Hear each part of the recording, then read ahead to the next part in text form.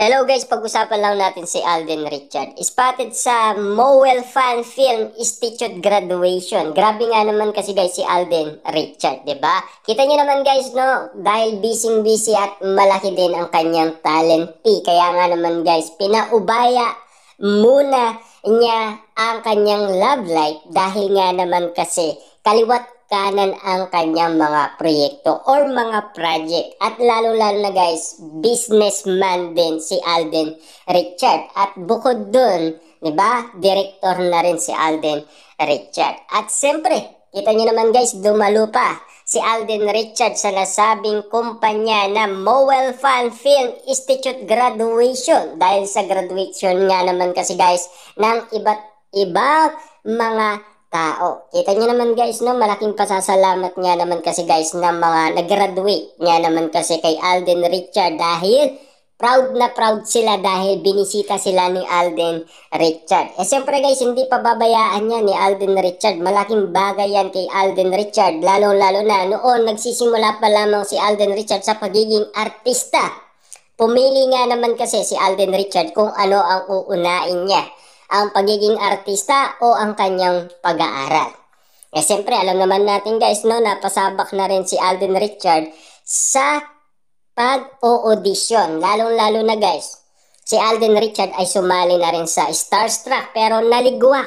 At siyempre, alakala ni Alden Richard ay katapusan na ng kanyang pag-o-audition or pag-aartista na hindi daw siya mapalad, kumbaga.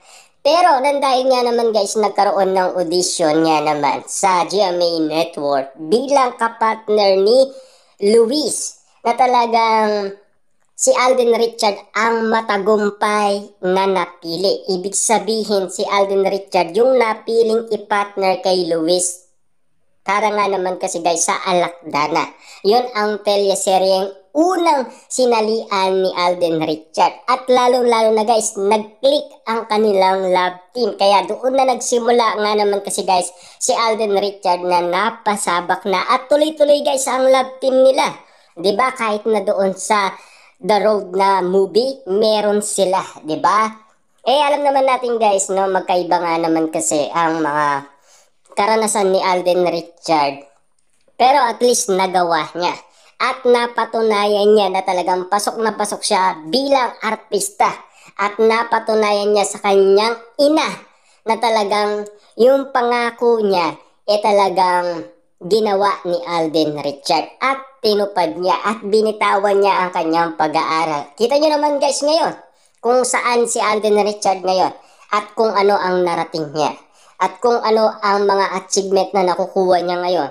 Lalong-lalo na may mga negosyo yan, napakadaming ng negosyo ni Alden Richard. At lalong-lalo na, di ba, nagbukas pa siya ng bagong branch na McDonald's, di ba? Kitang-kita naman natin guys na tinayo niya yan sa Laguna.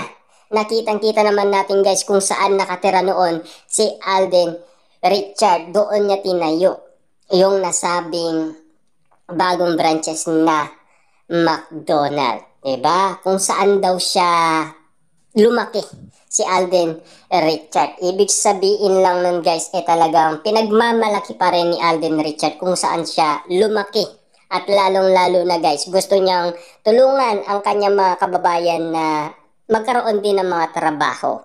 Doon sa nasabing pinapatayo ni Alden Richard na McDonald's. Na alam naman natin guys, no, lahat ng mga pagsisikap ni Alden Richard ay unti-unti naaabot na ni Alden Richard ang kanyang mga pangarap at mga plano sa buhay. Lalo-lalo na guys, no, kahit tumigil na si Alden Richard sa pagiging artista, mayaman na yan. Tinatawag na nga siyang bilyonaryo si Alden Richard dahil sa tagumpay na achievement lahat ng mga nakukuha niya. Grabe nga naman kasi guys dahil sobrang lakas ni Alden Richard sa mga tao. Napakalupit niya naman. Kita niyo naman guys, kahit na kagwapuhan ni Alden Richard pinagkakaguluhan. Lalong-lalo na guys ang kanyang dimples. Talagang kinabaliwan ng mga Delulu fans at lahat ng mga kababaihan. Siyempre guys, no, ang kaugalian ni Alden Richard ay iba nga naman kasi sa ibang nakilala nilang mga artista. Si Alden Richard kasi guys ay madasalin at talagang may tiwala yan sa Diyos. Kaya nga naman guys, siksikliglig at umaapaw dahil naturuan kasi si Alden Richard ng kanyang ina. Kaya nga naman guys, yung respeto niya sa ibang tao, hindi na mimili yan si Alden Richard. Kita nyo naman guys, no? Pinagkakaguluhan, napakalupit niya naman. 'Di ba? Hindi maiwan-iwan ni Alden Richard kung saan siya sumusuporta. Talagang hindi niya na mabitawan ang kanyang, siyempre alam naman natin guys kung saan siya pwedeng sumuporta. 'Di ba? Spotted na spotted talagang pinagkakaguluhan. Lalong-lalo na guys, kahit busy-busy yan, aatin at aatin yan. Pupunta at pupunta yan ang isang Alden Richard. Ganyan guys, pinaniwalaan ang isang Alden Richard. Kaso nga lang guys, no, sa kanyang oras sa love life, bali, sinantabi niya muna. 'Di ba?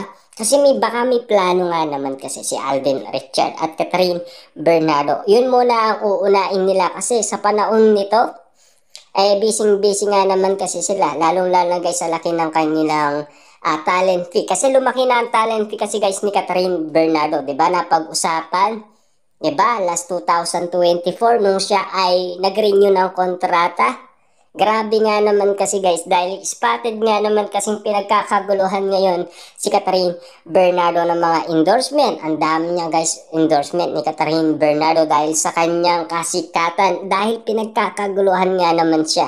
Simula nga naman kasi guys pinagkaguluhan si Catherine Bernardo sa social media noong iwalayan Katniel. Doon na nagsimula guys, dumagsa ang iba't ibang endorsement ni Catherine Bernardo. Nagpatuloy pa yan guys, last 2024 hanggang ngayon.